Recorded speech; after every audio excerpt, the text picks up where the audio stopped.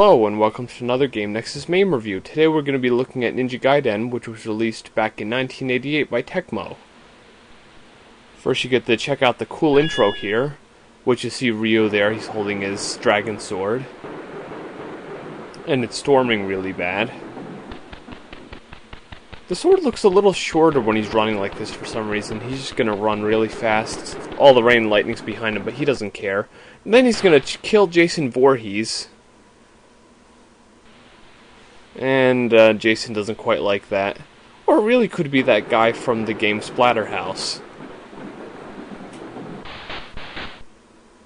Ninja Gaiden. Let's insert a couple virtual quarters here. And get started.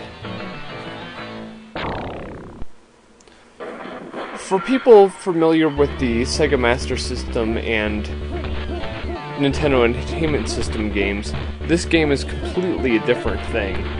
Those games were actually developed from scratch, not even considering this one. And they actually turned out a lot different than this game was. The thing I find about this game is it's much harder than a lot of the ones are, because in the other games you have like swords and ninja stars and stuff. Sure, there is a sword power-up that you can get in this game, but the problem is it's a power-up, and it doesn't last nearly as long as it should. And of course, the weird thing about this game is there's all these guys that look like Jason Voorhees and the Splatterhouse guy trying to attack you. I never really understood this. Maybe they're just like the bad guys of the evil ninja clan, or whatever it's called at this point. The Dark Dragon.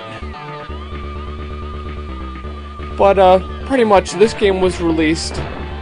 The only actual release of this original arcade game back in the day on modern consoles and handhelds was on Atari Lynx in 1990. There was a release of this game. Then, of course, there was also a PC version released in 1991. We wouldn't have an official console release of this until 2005 with the release of Ninja Gaiden Black. This was included as a bonus game. Other than that, there was really no console ports of this game, except, of course, the Atari Lynx, which doesn't count because it's a portable. And then there's these guys here with sticks. They're just trying to, like, whack you with them, I guess. Gotta watch out for the little explosions and everything. And that thing in the right corner there kind of looks like a Pepsi logo, but you never know, it might be. And the thing I think is kind of dumb is the whole time it looks like Ryu's about to grasp his sword and pull it out, but as I said, you only actually get the sword when you get a certain power-up in the whole entire game. Okay, take care of more of these guys here. And then that guy hits me in the back with a board. Oh, there's one of the sword power-ups. I'll use it a little here. Oh, but yeah, he hits me with this stupid board. Don't you hate when that happens?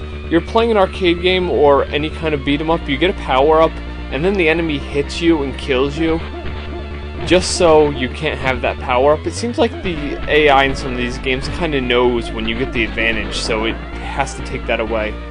And that's a nice showing of destructible environments.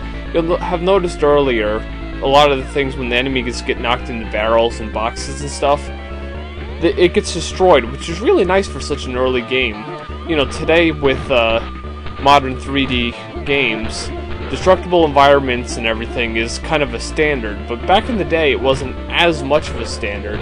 Certain games had it, like when you played Street Fighter 2 in the arcade and you hit Bison through the statue, you were like, oh wow, something broke. But yeah, it wasn't such a big thing back in the day, and it wasn't all that often you'd see something like that. I'm just gonna ditch this guy. He kind of looks like he's trying to be Casey Jones from the Ninja Turtle cartoon. And then there's all these black ninjas. It probably goes with that same adage that black ninjas are supposed to be evil, but I guess a blue ninja is supposed to be good. I wouldn't doubt that these people probably serve some sort of significance, unless they're just random people in the background. But I always found that kind of weird in this part in the first level, that there were these people. Of course, there have to be these guys with these long weapons that hit you with them.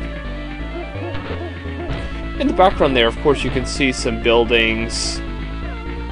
Pretty neat graphics for a 1988 game. This is probably like Super NES or Sega Genesis type graphics long before both of those systems were released. I did notice that Black Ninja there actually had a sword, which, of course, I don't get a sword unless I get that certain power-up that you had seen. Now it's time to fight this sumo wrestler. And he has more Jason guys with him. Watch out for the sumo wrestler, he'll mess you up. Okay, take care of more of these Jason guys. Ooh, that's not good. Watch out for that saw blade. I have no clue why there's a Viking or a Viking ship on that building. Maybe it's some sort of... Oh yeah, I think it says Viking beer behind the timer there. But it's kind of weird that this sumo wrestler would bust out of a bar that's the Viking bar. Yeah, this guy hits pretty hard. He can like just hit you once and take out a whole thing of health, which sadly you only can take 3 hits in this game and then you die. And you only get 2 lives.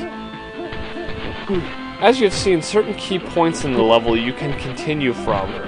But if you die too early or between points, you get started a lot earlier in the level than you would like. And that's one of the many things that's very useful, that throw that I just did. When you jump and you hit the pinnacle of your jump, if you hit the attack button, you'll actually fling your opponent across the screen, which actually does do quite a good deal of damage, like that. That's it for the sumo wrestler guy. Ryu just leaves in a tornado. It's like, Ryu, my son, you are done. I will make you sushi now. And now it's time for level 2. You're walking through the streets of New York. There's all these cars and stuff. Ryu has to like dodge all these Ford Broncos. O.J. Simpson and his friends are all coming by, I guess. And then there's all these Mack trucks and little blue cars, and this part I just kind of find stupid because you're a ninja and you have to dodge cars. It just seems a little dumb to me that they make you dodge cars. I can understand beating up bad guys, but not cars. Although it would be cool if Ryu had like some incendiary shurikens, you could just throw them onto the cars and blow them up. That'd be fun. Especially since there's no actual people driving any of the cars. Look at the trucks. There's no people in the cabs at all. The only thing I really find about this game that's really annoying is, even when you get the knack of it, I mean, as you've noticed, I've died quite a few times in this brief time I've played here for you, but once you get the knack of this game, it really does get quite repetitive, whereas the console versions of Ninja Gaiden, the original game, were very unique in the way that you were able to use different weapons and different attacks, and they were just really much more enjoyable games, and they got a lot less repetitive. And of course this game gets really annoying when the AI gets really cheap and like 5 guys surround you and they all hit you at once, which there really is no defense to any of that stuff in this game. Unlike a lot of beat-em-up games where you can actually block or dodge, but this game, all you really have is that weird jump where you do an arc. That's the only thing where you can really kind of sort of dodge. But of course these are the same Jason Voorhees guys, but now they have black pants and blue shirts. And of course each level seems to introduce maybe 1 or 2 new enemies. There's our throw again. But each level seems to introduce 1 or 2 more enemies, like these motorcycle guys who are annoyingly annoying. They'll just kind of ride up to you and run you over. And unless you throw them off their bikes, there's hardly any way to defend against them. See, I just got kind of owned right there. And basically, that's Ninja Gaiden. It's a pretty fun game, but I'd only recommend it for really hardcore fans. Otherwise, you might want to stick with the console versions. This has been another Game Nexus Mame review, and I shall see you later.